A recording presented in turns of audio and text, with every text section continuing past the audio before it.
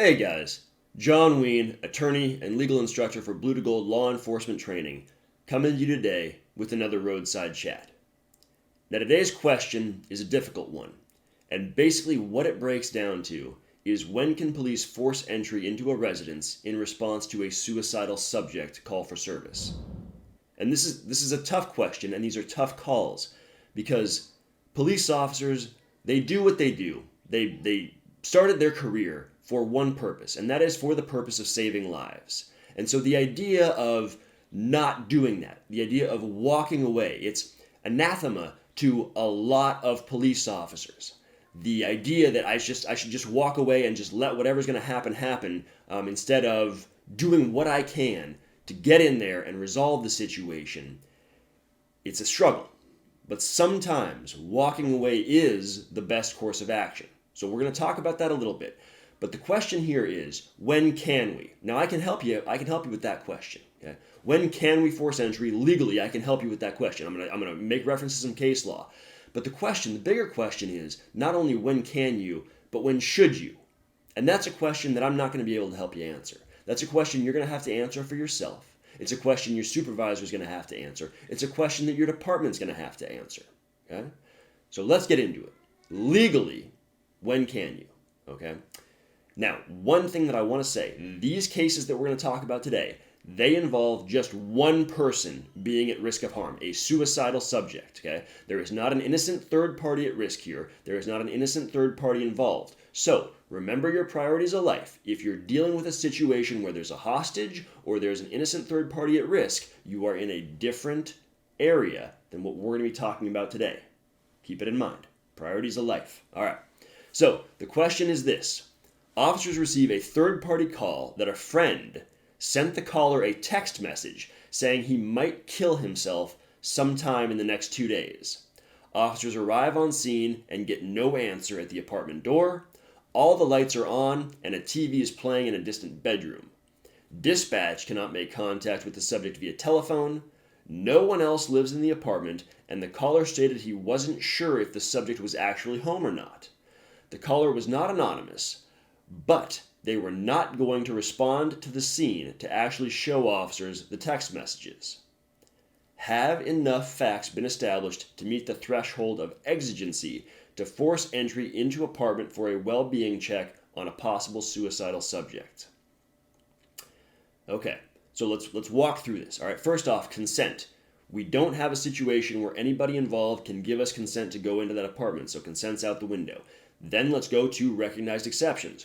What are our recognized exceptions here? Well, in 2021, Caniglia versus Strom confirmed, Supreme Court said that community caretaking does not apply to residences. Okay? And in that case, there was a domestic situation. The next day, wife called in and said, hey, will you go back to the house with me? I'm concerned my husband might be suicidal. They go back, they make contact with the subject, they talk to him. He agrees to go get mental health treatment on the condition that officers do not take his firearms. You know where this is going. Officers go in, wife shows them where the firearms are, they take the firearms for the purpose of community caretaking. And that's important, community caretaking. They use a community caretaking justification to take those firearms. The Supreme Court said, in this instance, community caretaking does not apply to a household.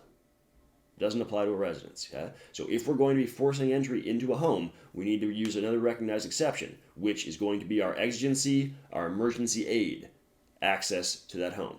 Those recognized exceptions, right? So in order for a exigency, emergency aid exception to apply, you must have a reasonable, objective belief that someone in the house is in immediate need of your assistance, okay? Is someone injured in the home? Are they in danger? You have that objectively reasonable reason to believe that they're in immediate need of medical assistance or they're threatened with imminent bodily injury. If you have that, then you are legally justified in forcing entry into that home under the emergency aid exigency exception to the warrant requirement, okay?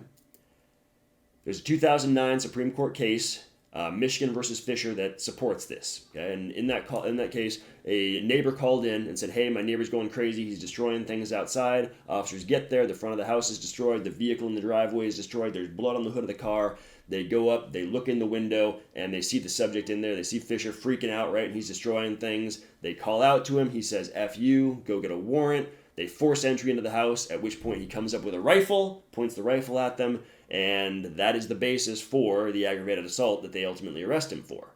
And his position is, no, the evidence that you obtained, right, the officer's testimony that when he came in, the guy came up and pointed a gun at him, you found that after an illegal entry into my home. The Fourth Amendment, protects my house, and there wasn't a justification for you to force entry in here. It's just me in here going crazy, hurting myself. And the Supreme Court said, no, that is exigency. That is the emergency aid exception to the warrant requirement. The officers were justified in going into your house. Okay. There's also a 2006 U.S. Supreme Court case that's Brigham City versus Stuart. And in that case, officers got a call again from a neighbor about a disturbance at a house. Officers go out. They see what appears to be underage juveniles drinking in the backyard. They go into the backyard. While they're there, they look through the window and they see 4 people actively fighting each other, one of whom gets punched in the face and then spits blood in the sink. Court said they were justified based on that information in going into the house. Okay? So emergency aid, exception to the warrant requirement. All right?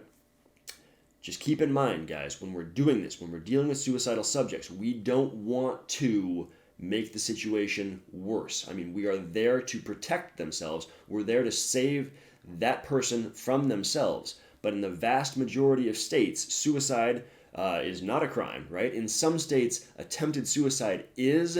Alabama, I think, Virginia. Just be aware. I mean, is that going to be a justification where we're saying, hey, we want to arrest this person for attempted suicide? I mean, you guys, you do you, but you have to live in the world and you have to go and deal with this and you have to say, yeah, that was objectively reasonable. Okay, so keep that in mind. I'm going to put some links in the description below. One is the Hillsborough County, Florida deputy who a neighbor calls in and says, hey, I'm worried about my neighbor. Officers go out, they make entry, and they ultimately end up getting in a shootout with a subject, right? Also, deputy in Ohio, and there's one he dodged a bullet, right? Brother calls in and says, hey, I'm worried about my brother. I think he's suicidal. Officers go out, they knock on the door comes out, open, gun comes out, and shooting results. Deputy shoots the subject. So take a look at those videos, just as a point of reference, be aware of it, okay? 10th Circuit, Hastings versus Barnes. Officers were denied a qualified immunity after they responded to check on a subject who was suicidal reportedly, right? He was going to asphyxiate himself in the garage by sucking on the garden hose, and they pepper spray him. He retreats back into the house. They follow him back into the house, into his back bedroom. He comes up with a samurai sword, and they shoot him, right? And so those officers were denied qualified immunity. Not a situation you ever want to find yourself in. Hayes versus County of San Diego, that's 9th Circuit, and officers were called in response to a domestic violence situation. They figure out there's no domestic, no physical altercation, and then they go in, they make contact with the subject. He comes up with a knife, and they shoot him at a distance about 6 to 8 feet. Recently, we had the Huntsville, Alabama case, right? Officer William Ben Darby, where he responded to a suicidal subject, and he believed that his partner was putting herself at risk of harm based on her positioning, based on her lack of cover, based on her lack of concealment when dealing with a subject who was armed with a handgun. He was sentenced to 25 years in prison. In 2017, an Oklahoma police officer responded to a subject who had a lighter and a can of lighter fluid, and the officer shot that subject, stating that he believed the subject had a knife, but he ended up getting 10 years. So the seriousness of these calls for service cannot be downplayed, right? I mean, so you guys have to make the decision for yourself. Is there that exigency justifying, necessitating me to force entry into this home to save this person from themselves? There is no duty to act to save that person from themselves, absent some kind of a special relationship. Okay? So if you guys make contact with family members and you're like, hey, yeah, don't worry about it, you don't need to go over there, we're going to go handle it, and then you don't, you might have some liability there. But other than that, outside that special relationship, there is no duty to act. So if you go to save someone from themselves and you end up being put in a situation where you use force on them, it's going to be a bad day for everybody. And that's not why we do what we do. I know that's not why you guys go to work every day. It's to save lives, not take them. So be cognizant of that. In this instance, I'm going to come out definitively and say, based on the facts here, right, you do not have sufficient exigency to force entry. In this situation where officers receive a third-party call from a friend, text message, I might kill myself sometime in the next 2 days, no answer, TV's on, lights are on, no contact with subject via telephone, caller is refusing to respond to the scene to actually show officers the text messages, can't say that the subject's actually inside the home. No, right? You don't have exigency, you don't have the emergency aid exception to the warrant requirement. Do not force entry in this case. Different situation maybe. A lot of times what we have ex-boyfriend calling in and saying, hey, I was just FaceTiming with my girlfriend and she says she's suicidal and was cutting her arm. Well, that might be a different situation, right? You might have that objectively reasonable basis to say, I need to get in there immediately to save this person's life. But again, there's going to be questions, right? How serious were the cuts? Has she done this before? How serious do you believe she is? Can we get in contact with her any other way? Can we get in contact with any other family members in the house? Okay. Something else that we deal with a lot, right, especially during COVID, was neighbors calling in and saying, hey, I haven't seen my neighbor in a couple days, I'm concerned. You go out, you knock on the door, what is going to be your basis for forcing entry into that home? It's going to have to be more than just, I haven't seen my neighbor in a couple days, right? Flies on the window, smell of death coming from inside the house. Maybe screams from inside the house, things people calling help me, right? You call all the phone numbers that you have for the person. Is the person's vehicle in the driveway? Is it in the garage? Are there newspapers piled up in the driveway? Are there packages piled up by the front door? Contact the neighbors. Oh yeah, I see that person every day and I haven't seen him in 3 days, right? That's strange. That'll give you a basis to say, objectively, there is a need for you to force entry into that home to make sure that person's okay. I hope this helps, guys. If you have any other questions, right? If you have questions for us, please, bluetogold.com/show.